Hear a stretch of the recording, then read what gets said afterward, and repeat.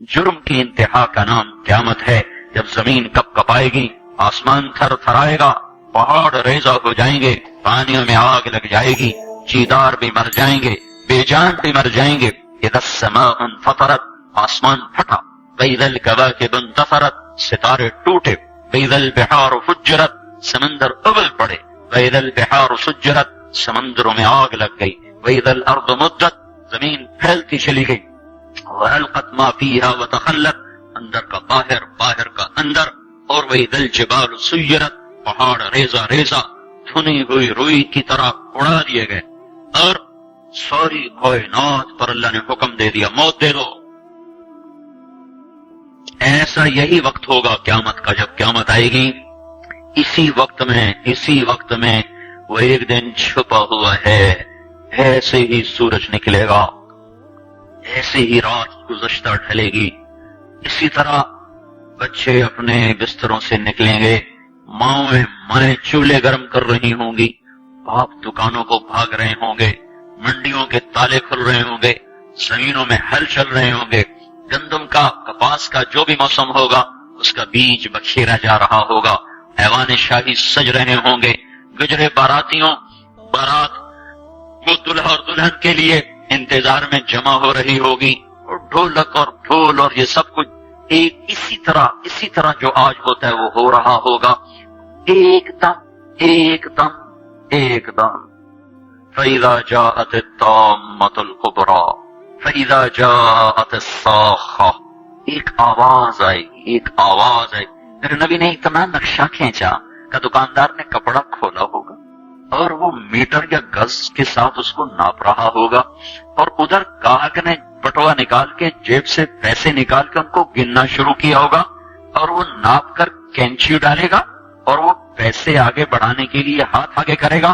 ایک دھماکہ ہوگا، وہ کینچی گر جائے گی، پیسے اڑ جائیں گے، جھاڑو گر جائیں گے. میں بچوں کو ناشتہ کروا رہی اسکول بھیجنے کے لیے، نوالے منہ میں جانے کی بجائے زمین پہ گر جائیں گے. اور بچیاں کوئی وردی پہن رہی ہے، کوئی پہن چکی ہے، کوئی بستہ اٹھا رہی ہے، کوئی اٹھا چکی ہے، بستے بکھر جائیں گے، آنچل اڑ جائیں گے، مائیں ناآشنا ہو جائیں گی، باپ پہچاننے سے انکار کر دیں گے. ہر انسان بھاگے گا. یوم یفر المرء من اخیہ وامہ وابیہ وصاحبتہ وبنیہ، بھائی سے، ماں بیٹی سے، بیٹا ماں سے، میاں بیوی سے، بیوی خامن سے، دوست سے بھرے گھر چھوڑ کے لوگ بھاگیں گے کہ چھتیں اوپر آ رہی ہیں. شیر ڈھاڑنا بھول جائیں گے، ہاتھی چنگھاڑنا بھول جائیں گے، بھیڑیے غرانا بھول جائیں گے، سانپ پھنکارنا بھول جائیں گے، عقاب چپٹنا بھول جائیں گے. پانی اپنی روانی بھولے گا، پہاڑ اپنی سختی بھولے گا، پھول اپنا کھلنا بھولیں گے، اور مکین اپنے مکان بھول جائیں گے، بھاگیں گے. جنات سامنے آ جائیں، ابھی تو نظر نہیں آ رہے لیکن اس وقت سب سامنے آ جائیں گے. اور موت کا بے رحم پنجہ، بے رحم وار، وہ ادھر گرا، وہ ادھر گرا، ادھر گرا، گھر ٹوٹے، آگ لگی، پہاڑ ریزہ. ایک حکم کے ساتھ ساری انسانیت مر جائے گی.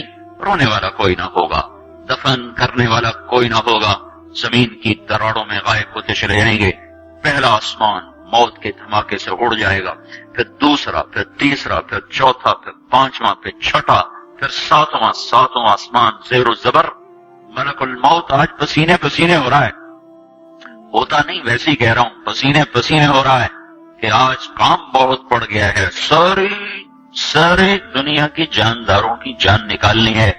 اور پھر میرا اللہ کہے گا عرش کے فرشتے مر جاؤ، وہ گریں گے. پھر اللہ کہے گا جبریل اور میکائیل مر جاؤ، تو اللہ کا عرش ان کی سفارش کرے گا، یا اللہ ان کو بچاؤ. تو میرا اللہ کہے گا اسکت فقد كتبت الموت على من كان تحت عرشی، چپ رہو، میرے عرش کے نیچے سب کے لیے موت ہے.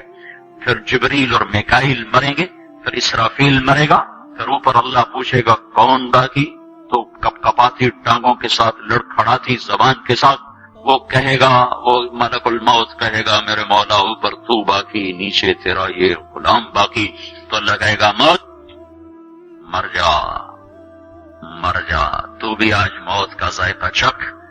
ایک چیخ کے ساتھ ملک الموت مر جائے گا. یہ اس دنیا کا انجام ہے. مسلمان مرد ہو یا عورت، بیٹا ہو یا بیٹی، وہ دیوانوں کی طرح زندگی نہیں گزارتے. ان کے سامنے منزل ہے. مسافر شب سے چلتے ہیں، جو جانا دور ہوتا ہے انہیں اپنی آخرت کے لیے زاجرہ اکٹھا کرنا ہوتا ہے. اللہ تعالیٰ فرمائے گا ساری کائنات کو موت دے کر کہے گا من کان لی شریکن فلیأت، کوئی ہے میرے مقابل تو آؤ، کوئی شریک لاؤ. پھر دوسری دفعہ، پھر تیسری دفعہ، پھر زمین آسمان کو جھٹکا دے کر کہے گا انا الملک، میں ہوں بادشاہ. پھر دوسرا جھٹکا دے کر کہے گا انا القدوس السلام المؤمن، میں ہوں قدوس السلام مومن. پھر تیسرا جھٹکا دے کر کہے گا انا المہیمن العزیز الجبار المتکبر، میں ہوں مہیمن عزیز جبار متکبر. ہائے ہائے. پھر کہے گا این الملوک، بادشاہ کہاں ہیں؟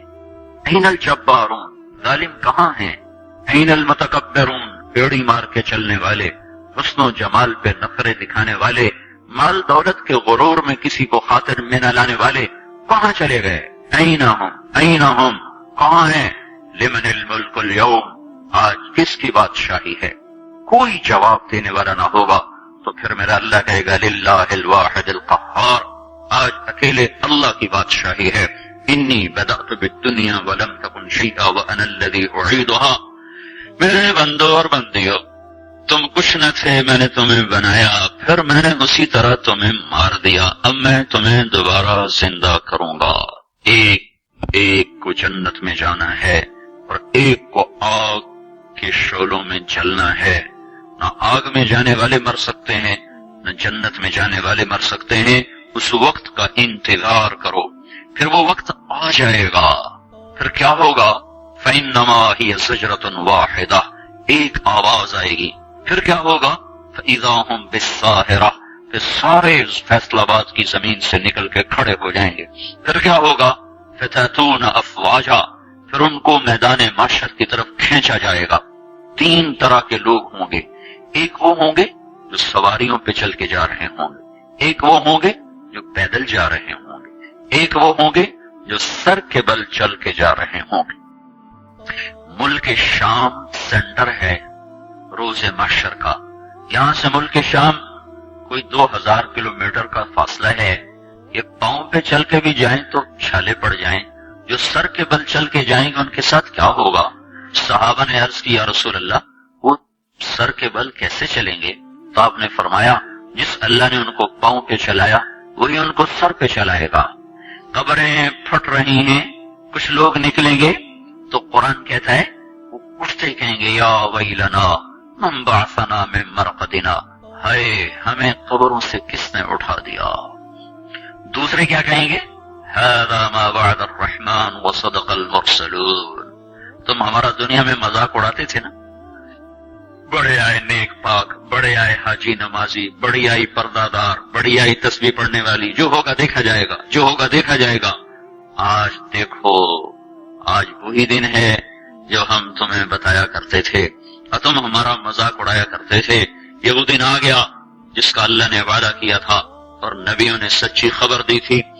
کچھ لوگ قبروں سے نکلیں گے تو ان کا حال کیا ہوگا؟ کأنما اغشیت وجوہہم قطع من اللیل مظلما، ان کے چہرے کالی رات کی طرح تاریک ہوں گے. اور کچھ لوگ قبر سے نکلیں گے تو ان کے چہرے کیسے ہوں گے؟ وجوہ یومئذ ناعمہ لسعیہا راضیہ، تر و تازہ، حسین، جمیل، خوبصورت. کیسے ہوں گے؟ وجوہ یومئذ مسفرہ ضاحکۃ مستبشرہ، مسفرہ چمکتے ہوئے، ضاحکہ ہنستے ہوئے، مستبشرہ مستبشرہ. تھوڑی سی میں اس کی وضاحت کروں. میک اپ کے ساتھ چہرہ چمکایا جا سکتا ہے اور کھوکھلی مسکراہٹ کے ساتھ ہونٹوں کو سجایا جا سکتا ہے، لیکن جب اندر میں غم اترے ہوئے ہوں تو جس کی نظر باریک ہوتی ہے وہ پہچان لیتا ہے کہ یہ مسکراتا چہرہ تو لوگوں کو دکھانے کے لیے ہے، پس پردہ تو غم نظر آ رہے ہیں.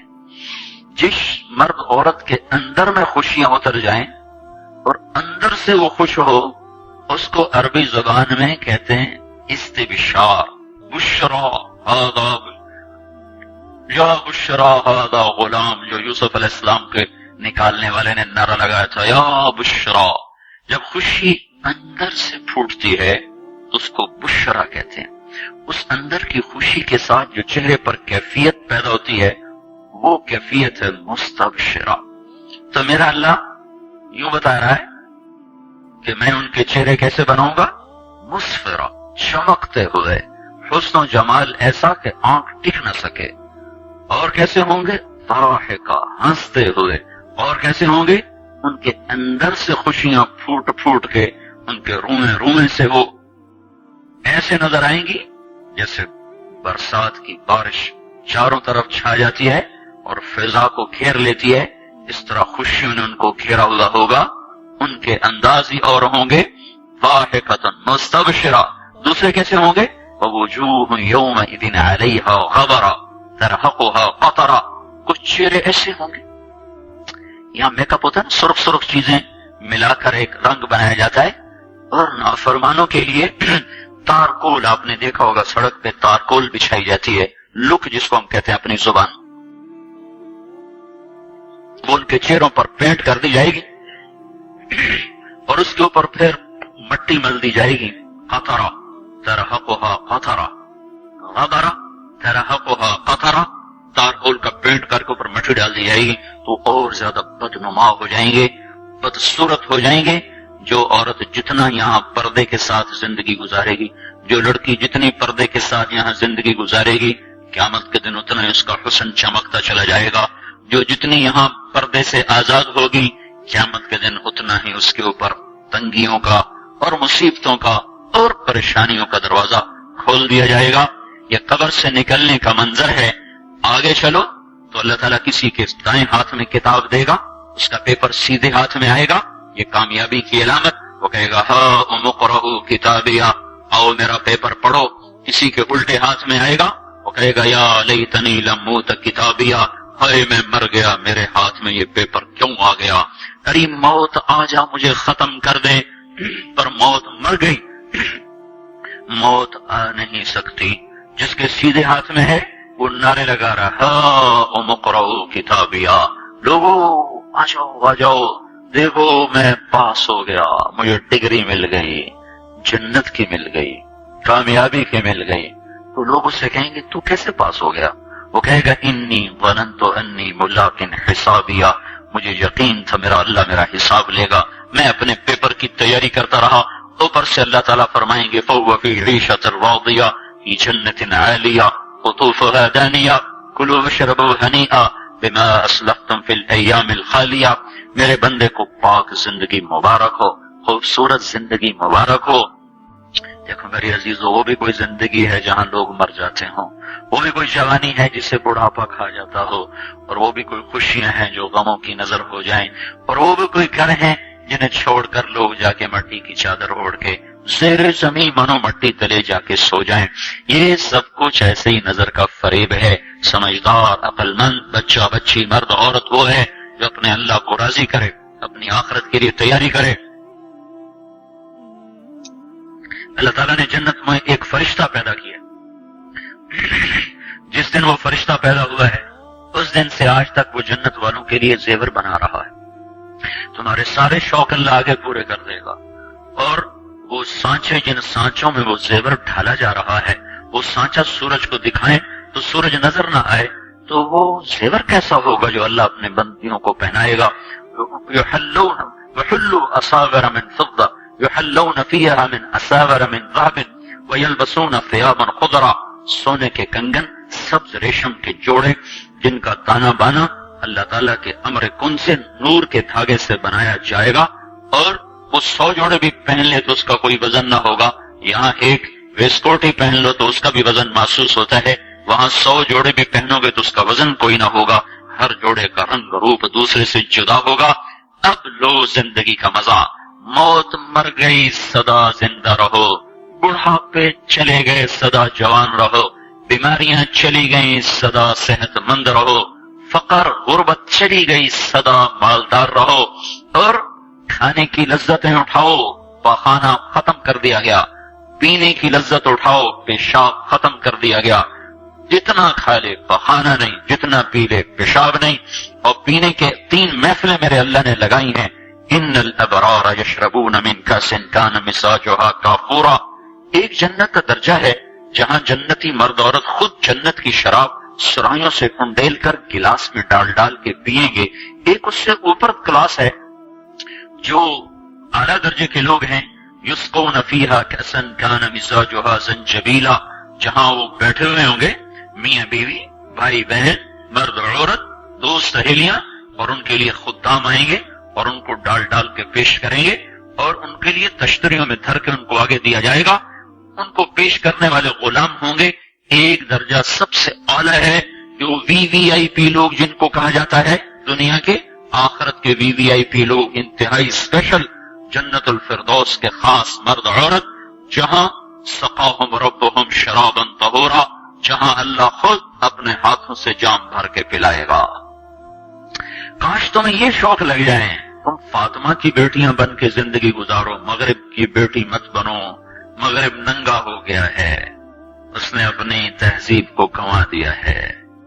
میں بھی ایک چوک میں کھڑا ہوا تمہارے پاس آتے ہوئے تو یہ ایک ٹیلی فون کارڈ والوں کا بڑا اشتہار لگا ہوا ہے.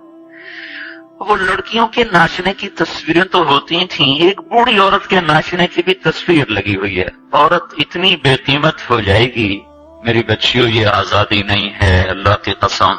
وہ باطل چال کھیل گیا. آزادی کے نام پر اس نے عورت کی عزت کو نیلام کر دیا ہے.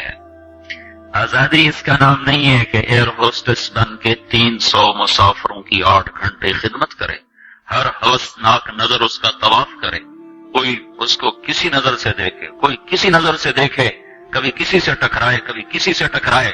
یہ آزادی ہے، یہ آزادی ہے. ہمارا آسٹریلیا سے سفر ہو رہا تھا، سنگاپور 8 گھنٹے کی مسلسل فلائٹ تھی.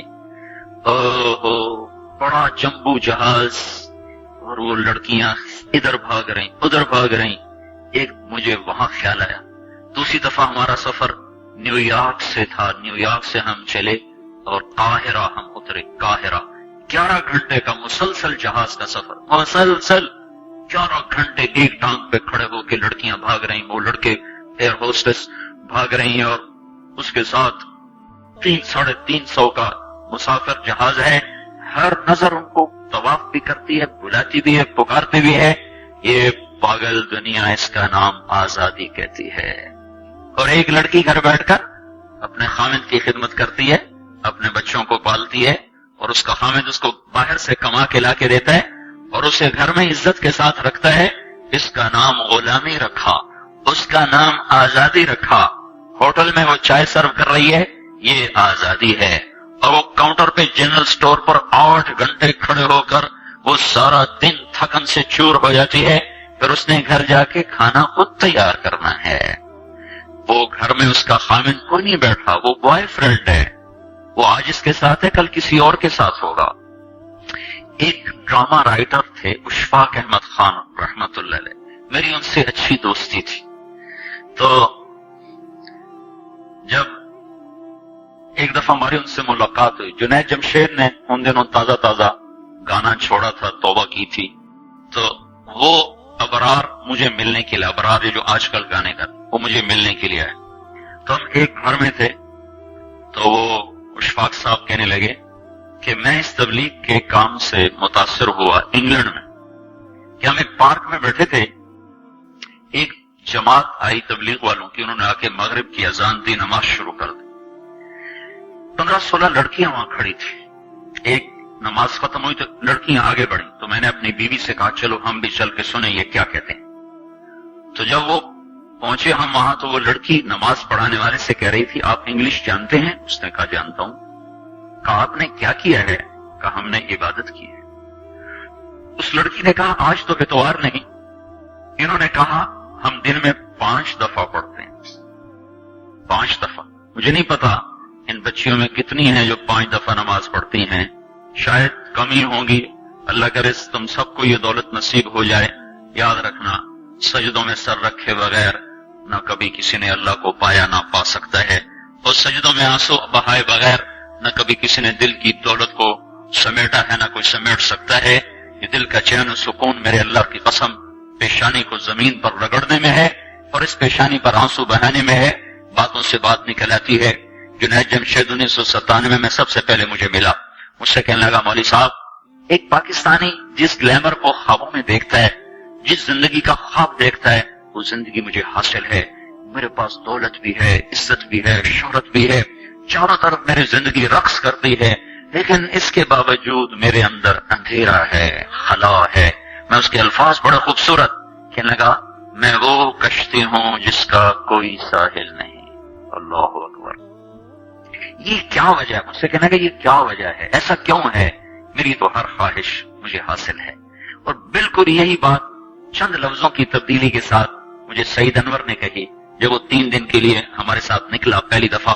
مجھ سے کہنے لگا میں یہ سوچا کرتا تھا عزت، دولت اور شہرت یہ میری زندگی کا مقصد ہے، صرف 22 سال میں مجھے سب کچھ مل گیا، عزت بھی، دولت بھی، شہرت بھی، لیکن دل اسی طرح پریشان۔ 100 بار چمن مہکا، 100 بار بہار آئی، دنیا کی وہی رونق، دل کی وہی تنہائی، تو رونق بھی ہے، بہار بھی ہے، پھر دل کیوں اداس ہے، پھر دل کیوں پریشان و غمگین ہے؟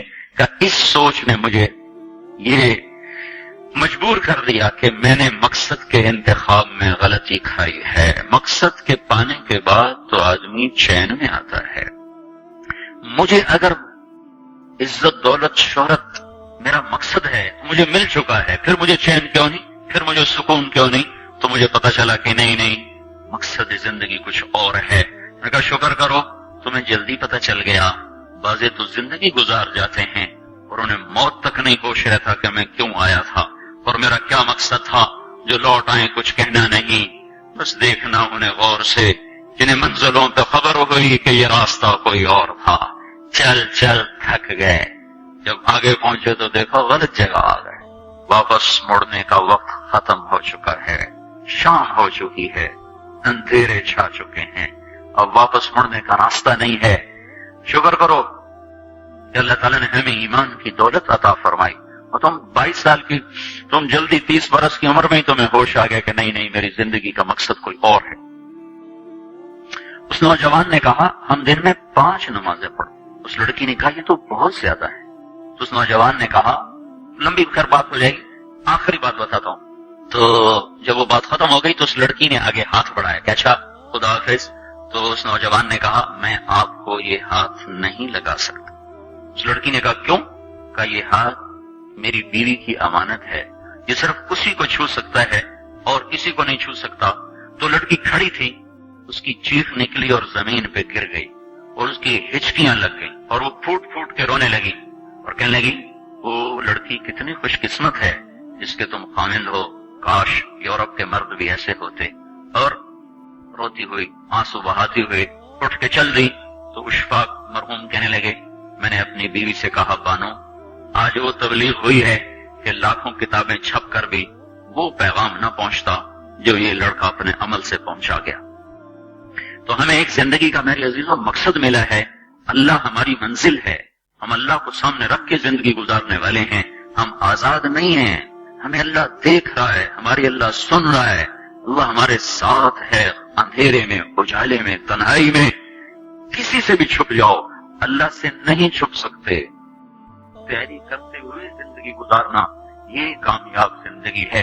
کہیں ایسا نہ ہو کہ میرا اللہ کہہ دے وَامْتَازُوا الْيَوْمَ أَيُّهَا الْمُجْرِمُونَ، ان کو الگ کر دو اور مجرموں کی صف میں کھڑا کر دو تو پھر کوئی حال نہ ہوگا۔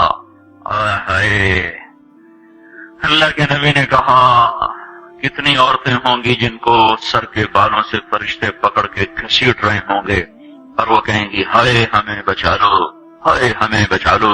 اور کتنے مرد ہوں گے جن کے جبڑوں میں ہاتھ ڈال کر فرشتے ان کو گھسیٹ رہے ہوں گے، وہ کہیں گے ہائے ہمیں بچا لو، ہائے ہمیں بچا لو۔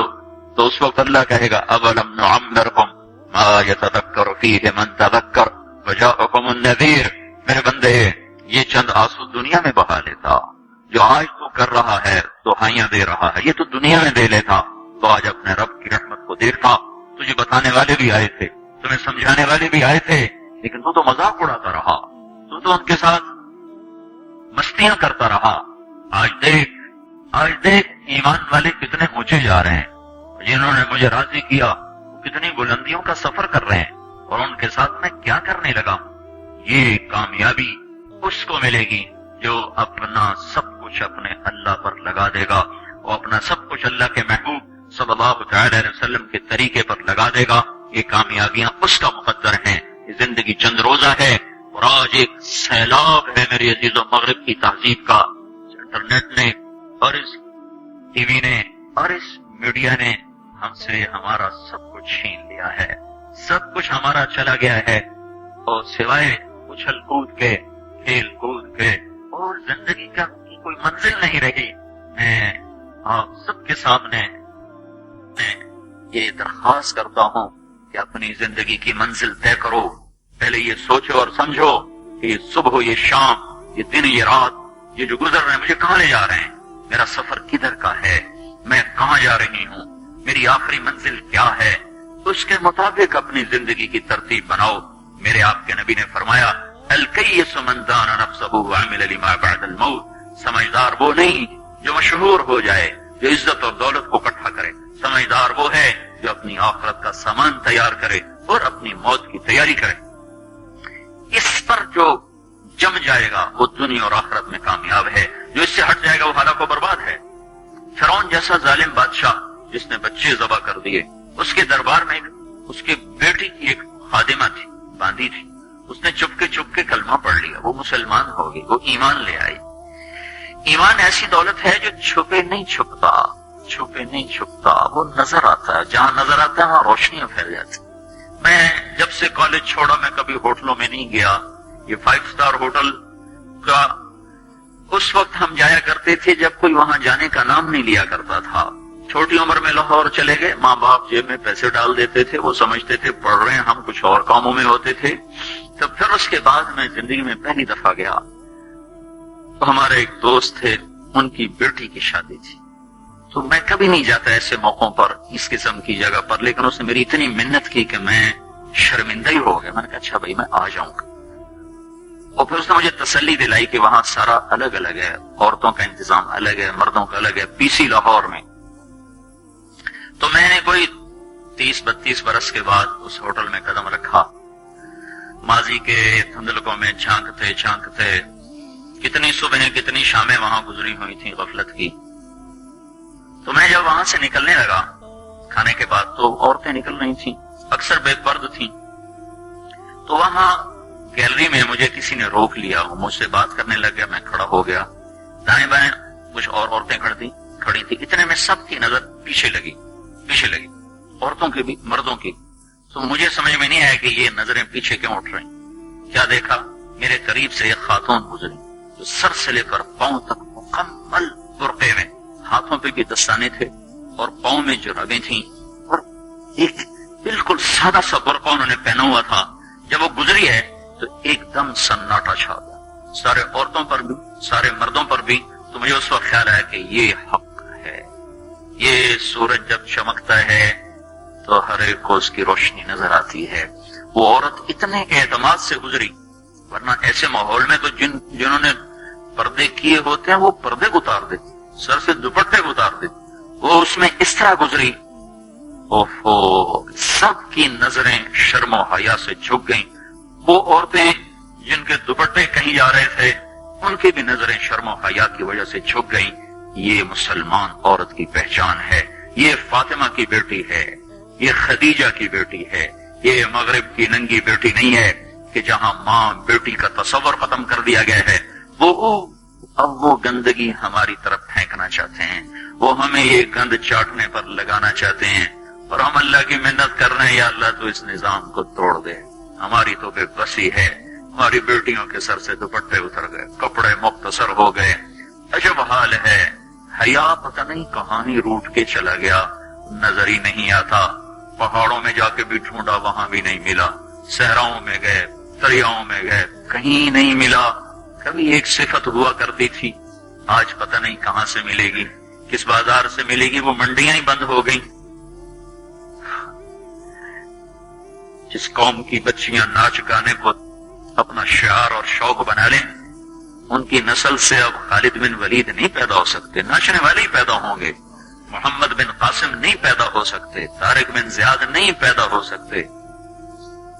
یہ جلسے جلوس نکل رہے ہیں نا توہین رسالت پر، تو مجھے اس پر اور رونا آ رہا ہے کہ یہ دیوانے کیا کر رہے ہیں، اپنی دکانیں جلا رہے ہیں، اپنے ہی گھر جلا رہے ہیں، غریب لوگوں کے موٹر سائیکل جلا رہے ہیں. مجھے صلاح الدین یاد آیا، میں بہت رویا. وہ بھی کسی ماں کا جنا ہی ہوا تھا. اس کے زمانے میں کرک، ایک ہمارے پاکستان میں کرک ہے، ایک اردن میں کرک ہے. اونچی پہاڑی پر وہ شہر ہے، بڑا دشوار قلعہ ہے. اس پر ایک حکمران تھا عیسائی، اس کا نام تھا ریجنالڈ. تو کرک کے قریب سے قافلے گزرتے تھے حج کے. تو اس نے ایک دفعہ حاجیوں کے قافلے پہ حملہ کیا اور کہنے لگا بلاؤ اپنے محمد کو تمہاری مدد کرے، اور سارے حاجیوں کو تعطیل کر دیا. اور دوسری دفعہ اس نے بحری بیڑا تیار کیا اور مدینے پر حملہ کرنے کے لیے وہ بندرگاہ تک پہنچا جمبو کی، لیکن موسمی حالات سازگار نہ تھے تو واپس ہو گیا. تو حطین کی لڑائی ہوئی ہے فلسطین میں، جس میں سارا یورپ اپنی طاقت کے ساتھ میدان میں اترا تھا، اور ادھر تنہا صلاح الدین ایوبی رحمت اللہ علیہ اکیلا اس لشکر سے ٹکرایا تھا. اور انہیں اس میں ساری رومن امپائر کو شکست ہوئی تھی. تو بڑے بڑے بادشاہ اس میں گرفتار ہو گئے. تو اس میں ریجنالڈ بھی گرفتار ہو کے آیا. تو کوئی 12 بادشاہ تھے ریاستوں کے جو سامنے اس کے پیش کیے گئے. تو پیاس کی شدت سے سب کا برا حال تھا. تو صلاح الدین نے سب کو پانی پیش کیا، ریجنالڈ کو نہیں پیش کیا. تو یروشلم کا جو بادشاہ تھا ہمفرے، اس نے اپنا پانی بچا کے اس کو دیا. تو صلاح الدین نے کہا یہ پانی تو دے رہا ہے، میں نہیں دے رہا ہوں. اسلام میں یہ ہے جب کسی کو پانی پلا دو تو اس پہ تم ہاتھ نہیں اٹھا سکتے، یہ امن کی نشانی. تو صلاح الدین نے فوراً اسے کہا یہ پانی تو نے دیا، میں نے نہیں دیا. تو پھر انہوں نے ریجنالڈ کو اسلام کی دعوت دی کہ تو مسلمان ہو جا، میں تجھے دعوت دیتا ہوں. اس نے انکار کر دیا، میں نہیں ہوتا. تو انہوں نے کہا میں نے تیرے قتل کی 2 دفعہ قسم کھائی تھی. ایک جب تو مدینے پہ حملہ آور ہوا تھا تو میں نے قسم کھائی تھی میں تجھے اپنے ہاتھوں سے قتل کروں گا. اور دوسری دفعہ جب تم نے حاجیوں پہ حملہ کر کے کہا تھا بلاؤ محمد کو، تو میں نے قسم کھائی تھی کہ مجھے اللہ نے موقع دیا تو میں اپنے ہاتھ سے تیری گردن اڑاؤں گا. آج محمد کا ادنا غلام تیری اس بات پر یہ فریضہ ادا کرنے کے لیے آ رہا ہے. اور اپنی تلوار سے اس کی گردن اڑائی، وہ پیچھے لٹک گئی، پوری نہیں اڑی، پیچھے لٹک گئی. خوفناک منظر بن گیا. تو سارے بادشاہوں پہ کب کبھی طاری ہو. تو صلاح الدین فرمانے لگے ہمارے مذہب میں یہ نہیں ہے، بادشاہوں کے ساتھ ہم بادشاہوں جیسا ہی سلوک کرتے ہیں، پر یہ حدود سے آگے چلا گیا تھا. اب مجھے یہ قصہ بھولا ہوا تھا، مجھے انہی حادثوں میں، انہیں ہنگاموں میں وہ یاد آیا. تو بعد تنہائیوں میں بیٹھ کے بے بسی کے آنسو بہ جاتے ہیں، اور اس کے سوا کوئی چارہ نہیں ہے. ہماری ساری نسل موسیقی میں ڈوب چکی ہے. جو بدن سرتال پہ تھرکتے ہوں، جو بدن موسیقی کے اوپر ہلتے ہوں، رقص میں آتے ہوں، ان پہ کانٹے ہی اگیں گے. ان پہ صلاح الدین کا پھول نہیں اگ سکتا، ان میں محمد بن قاسم کے پھول نہیں اگ سکتے. بانج ہو گئی ہے ہماری نسل. یہ یورپ کا سحر جو چل گیا ہے، ہماری بے بسی ہے، ہماری بے بسی ہے. میں تو بس منت ہی کروں گا اپنے آپ کو پہچانو، اپنی ہستی حیثیت کو پہچانو، اپنی نسبت بدلو. تمہاری نسبت یورپ کے ساتھ ہو کے اگر موت آئی پھر قیمت ہو جائیں گے. اگر مدینے والے کی نسبت مل گئی تو حضرت فاطمہ کے دائیں بائیں تمہیں بھی کھڑا کر دیا جائے گا، حضرت خدیجہ کے دائیں بائیں تمہیں بھی کھڑا کر دیا جائے گا. یہ چند دن ہیں، صبر کر لو. گھٹ گھٹ کے مر جانا ہی بیٹیوں کی روایت ہے. مشرق کی بیٹی اس نے گھٹ گھٹ کے مرنا ہی سیکھا ہے. ہاں، یہ آزادی، یہ آوارگی، یہ مغرب کی عورت کا خاصہ ہے. اور 18ویں صدی تک مغرب میں بھی کوئی عورت ایسے ننگی نہ تھی، اور گھر کی زندگی تھی. 1792 میں لندن میں ایک عورت تھی میری والسٹون کرافٹ. اس نے آزادی نسواں پر سب سے پہلے کتاب لکھی تھی کہ عورتوں کو آزاد کیا جائے. اس آزادی کا زہر ہے جو آج بھرا ہوا ہے. پھر اسی لندن میں 1792 1998 200 سال کو گزرے کہ اسی انگلینڈ کا سروے کیا گیا، عورتوں سے پوچھا گیا تم گھریلو خاتون بن کے رہنا چاہتی ہو جو اسی طرح جیسے آج زندگی ہے؟ 98% عورتوں نے کہا ہم گھر کی خاتون بن کے رہنا چاہتی ہیں، لیکن ہمیں خامد میسر نہیں ہے، ہمیں بوائے فرینڈ ملتے ہیں جو ٹیشو پیپر کی طرح مسل کے ہمیں پھینک دیتے ہیں۔ تو اس غلاظت کا انہیں بھی پتہ چل چکا ہے، لیکن اب وہ نکل نہیں سکتے۔ جو نکالنے والے تھے وہ خود اس پر ریچھ گئے۔ نکالنا ہم نے تھا، ایمان والوں نے، ہم خود اس زندگی پر ریچھ گئے ہیں۔ اپنے آپ کو نکالو اس دلدل سے۔ ہماری عورت، ہماری بیٹی کی عزت یہ نہیں ہے کہ وہ زینت محفل بن کے بیٹھی ہو، ہماری بیٹی کی عزت یہ ہے کہ اس کا ناخن بھی نظر نہ آئے۔ ہماری معراج یہ نہیں ہے کہ وہ اسٹیج پہ ناچ رہی ہو، ہماری معراج یہ ہے کہ وہ رات کی تنہائی میں قرآن کے سامنے بیٹھ کے رو رہی ہو۔ مجھے یاد ہے بچپن میں ہم چھوٹے چھوٹے تھے، ہمارے باپ ہمیں زبردستی مسجد لے جایا کرتے تھے، تو گھر گھر سے قرآن کی تلاوت کی آوازیں، گاؤں چھوٹا سا، عورتوں نے قرآن کھولے ہوتے تھے اور بیٹھ کے پڑھ رہی ہوتی تھی۔ تو میں آپ کو فرعون کی باندھی کا سنا رہا تھا، ایمان لے آئی، فرعون کو پتا چل گیا، جیسے میں یہ کہہ رہا تھا ایمان چھپتا نہیں، نظر آتا ہے، تو پتا چل گیا، وہ پکڑی گئی۔ تو فرعون نے سے کہا تو موسیٰ کے رب پہ ایمان لائی؟ کہاں لائی؟ انہوں نے کہا آگ جلاؤ، جل گئی، کڑا لے کر آؤ، تیل ڈالو، تیل، کڑا، آگ، ایک خوفناک منظر بن گیا۔ تیل اس میں کھولنے لگا تو اس باندھی کی 2 بیٹیاں تھیں، ایک دودھ پیتی تھی، ایک پاؤں سے چلتی تھی، یعنی کوئی ہو گئے 2.5-3 سال کی، ایک 6-7 ماہ کی۔ تو اس نے دونوں کو بلایا، پکڑوا لیا اور ان کی ماں سے کہا اب اگر تو نے مجھے رب نہ مانا تو میں تیرے سامنے تیری بیٹیوں کو جلا دوں گا۔ تو اس باندھی نے کہا یہ تو 2 ہیں، اس سے زیادہ ہوتی تو میں وہ بھی اللہ پہ قربان کر دیتی، تجھے جو کرنا ہے کر گزر۔ ہائے ہائے ہائے ہائے، کھولتے ہوئے تیل کی طرف بیٹی کو کھینچ کے لے جانے والے لے جا رہے ہوں، اور بیٹی کہہ رہی ہو اماں اماں۔ وہ ماں تھی یا پہاڑ تھا؟ ہمالیہ بھی چھوٹا پڑ گیا اس کے سامنے۔ اف نہیں کی ماں نے، پتھرائی نظروں سے بس دیکھا، بیٹی کو رخصت کیا۔ وہ چلا رہی اماں اماں، کیونکہ اسے نظر آ رہا ہے مجھے کہاں لے جا رہے ہیں۔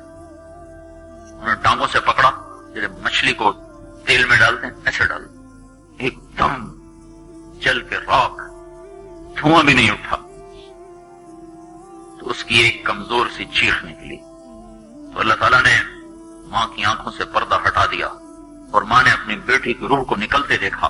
وہ کہہ رہی اماں صبر کرو، ابھی اکٹھے ہونے والے ہیں، بس ابھی اکٹھے ہو جائیں گے۔ پھر انہوں نے چھوٹی بچی کو کھینچا اور اس کو اس کے سامنے تیل میں ڈال دیا، پکوڑا بن گئی۔ اللہ تعالیٰ نے پھر پردہ اٹھایا، معصوم روح نے نکل کر پھر ماں کو مبارک دی، ابھی اکٹھے ہو جائیں گے، صبر۔ جب اس کو کھینچنے لگے تو مجھے کھینچنے کی ضرورت نہیں ہے، میں خود ہی کود جاؤں گی، لیکن میری ایک خواہش ہے۔ کیا؟ کہ ہم تینوں کی ہڈیوں کو اکٹھے دفن کرنا، جدا نہ کرو، میری ہڈیوں کو میری بیٹیوں کی ہڈیوں کے ساتھ ہی ڈال دیں۔ فرعون نے کہا ہاں یہ خواہش پوری کی جائے گی۔ تو چھلانگ لگا گئی، تینوں کی ہڈیاں نکال کر ایک جگہ دبا دی گئی۔ موسیٰ علیہ السلام اور ہمارے نبی میں 2000 سال کا تقریباً فاصلہ ہے۔ ہمارے نبی معراج کے لیے آسمانوں کی طرف تشریف لے گئے، فلسطین بیت المقدس سے اوپر اٹھے تو آپ کو مصر کی طرف سے جنت کی خوشبو آئی، جنت کی خوشبو۔ تو آپ نے جبریل سے پوچھا جبریل یہ خوشبو کیسی ہے؟ تو انہوں نے عرض کی یا رسول اللہ فرعون کی ایک باندھی تھی، اس کی 2 بیٹیاں تھیں، وہ اس طرح قربان ہوئی تھیں، ان تینوں کو ایک جگہ دفن کیا گیا، وہ ہڈیاں جہاں دفن ہیں وہاں سے آج تک یہ جنت کی خوشبو آ رہی ہے۔ یہ مائیں اور یہ بیٹیاں آج کی عورتوں کو پکڑوا دیں گی قیامت کے دن، اور آج کی نسل کو گرفتار کروا دیں گی قیامت کے دن کہ اللہ پر اس حد تک اگر ہم قربان ہو سکتی تھیں۔ ہمارے سامنے فرعون کی طاقت تھی، تمہارے سامنے فرعون تو نہیں کھڑے ہوئے۔ تو میرے عزیزو، میں آج بس تمہیں یہی کہنے آیا ہوں، اپنی زندگی کی منزل کو سامنے رکھ کر دن رات شب و روز گزارو۔ ہم آزاد نہیں ہیں، آزادیاں موت کے بعد ملنے والی ہیں، اس زندگی میں اللہ اس کے رسول کے پابند بن کے چلو، اپنے آپ کو پردے کا خوگر بناؤ، نماز کے بغیر تم بے چین ہو جاؤ، بے قرار ہو جاؤ۔ ماں باپ زندہ ہیں اللہ کرے تمہارے، تو ان کے لیے راحت بن جاؤ، تم امانت ہوتی ہو، تم نے پرائے گھر چلے جانا ہوتا ہے، جب تک ماں باپ کا گھر نصیب ہے ان کے لیے راحت بنو، ان کے لیے ٹھنڈک بنو، تم جنت کا ذریعہ ہو ماں باپ۔ اللہ کے نبی کا فرمان ہے، اللہ تعالیٰ نے جس کو 2 بیٹیاں دیں اور اس نے ان کی پرورش کر کے شادی کر دی تو وہ اور میں جنت میں ایسے قریب ہوں گے جیسے 2 انگلیاں ہیں۔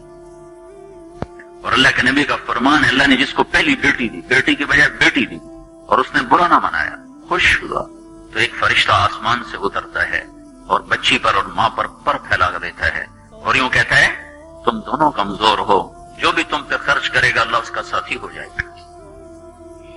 تو اپنی حیثیت کو پہچانو، اپنے نبی کی زندگی پڑھو، اپنے نبی کی سیرت پڑھو، وقت نکالو اس کے لیے، دین کی کتب پڑھو، آخرت کے متعلق پڑھو، قرآن کو سامنے لے کر رکھو اور اپنی زندگی کی منزل طے کرو۔ یہ زندگی اس طرح ضائع کرنے والا سرمایہ نہیں ہے، اور پھر خاص طور پر یہ جوانی کا وقت جو چند صبحیں ہیں چند شامیں ہیں، پتہ بھی نہ چلے گا اور گزر جائیں گی، تو اس وقت میں اپنے اللہ کو راضی کر لو تو اللہ قیامت کے دن تمہیں عزت کے ساتھ اٹھا، یہاں بھی تمہیں عزت دے گا، موت کے بعد بھی تمہیں عزت دے گا۔ اپنے آپ کو سچ کا عادی بناؤ، جھوٹ سے بچو، گھری سے بچو، غیبت سے بچو، جن سے پڑھو ان کا ادب کرو، ان کا احترام کرو، تمہیں اللہ تعالیٰ اس پڑھائی میں تمہارے لیے برکت دے گا۔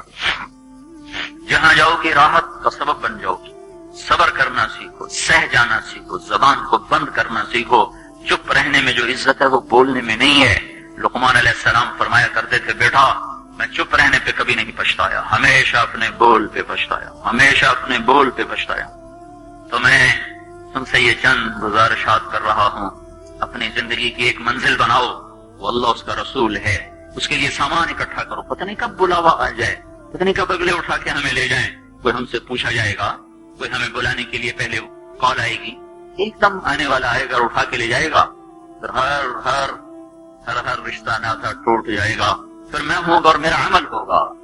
اس لیے اپنے ساتھ ذاکرہ اکٹھا کرو، اپنی آخرت کے لیے سامان اکٹھا کرو، تاکہ تمہارے لیے یہ جہان بھی اچھا بنے، وہ جہان بھی اچھا بنے۔ نماز کے ساتھ، ذکر کے ساتھ، تلاوت کے ساتھ، حسن اخلاق کے ساتھ اپنی زندگی کو مزین کرو، ادب سیکھو، احترام سیکھو، نظر کا جھکانا سیکھو۔ نظر تو مردوں سے اٹھی ہوئی بڑی ہلاکت ہے، کہ جائے کہ بچی کی اور عورت کی نظر اٹھے، یہ حیا ہی تمہارا زیور ہے، حیا ہی تمہارا زیور ہے، یہی تمہاری سب سے بڑی دولت اور تمہارا سب سے بڑا سرمایہ ہے، جو تمہیں موت کے بعد کام آنے والا ہے۔ کرو گی، کل کو اللہ کے محبوب کی بیویوں کے ساتھ تمہیں اٹھایا جائے گا، ان کی بیٹیوں کے ساتھ تمہارا حشر کیا جائے گا، اور نہ آج ٹکے ٹکے عزت بھی بک رہی ہے، ناموس بھی تار تار ہے، حیا کا دامن بھی داغدار ہے۔ ساری انسانیت کے نام پر ہی وہ کچھ کر رہے ہیں کہ انسانیت بھی کہیں کونے میں بیٹھ کے آنسو بہاتی ہے۔ یہ مغرب کے اندھیرے ہیں، میں کہا کرتا ہوں مغرب میں تو سورج بھی ڈوب جاتا ہے، ہماری نسل پتہ نہیں مغرب کے پیچھے چل کے کیسے طلوع ہو جائے گی۔ مغرب میں تو اندھیروں کی جگہ ہے، ہماری نسل پتہ نہیں مغرب میں کون سی روشنیاں تلاش کرنے جاتی ہے۔ مغرب سے تو کالے تاریک قسم کے سائے ابھرتے ہیں، ہماری نسل پتہ نہیں مغرب میں جا کر کون سی سفیدیوں کے پیچھے بھاگ رہے ہیں۔ مشرق ہی روشنیوں کی جگہ ہے، مشرق ہی طلوع ہونے کی جگہ ہے، ہمارا قبلہ بھی مشرق کی بجائے سینٹرل ایسٹ میں، مڈل ایسٹ جس کو کہتے ہیں، مڈل ایسٹ، بالکل مشرق کے سینٹر میں اللہ نے قبلہ بنایا، مدینہ بنایا، بیت المقدس بنایا۔ اپنے نبی کو اللہ تعالیٰ نے مشرق کے بیچ میں اللہ تعالیٰ نے بھیجا، سارے عالم کے لیے ہادی اور رہبر بنا کر اسے سامنے رکھ کر زندگی گزارو۔ چند دن ہیں، موت آتے ہی یہ زندگی بھی بنے گی، وہ زندگی بھی بنے گی۔ اپنے گھروں کے اندر راحت بن کے رہو، چین بن کے رہو، سکون بن کے رہو، اپنے کالج میں بھی، اپنے گھر میں بھی۔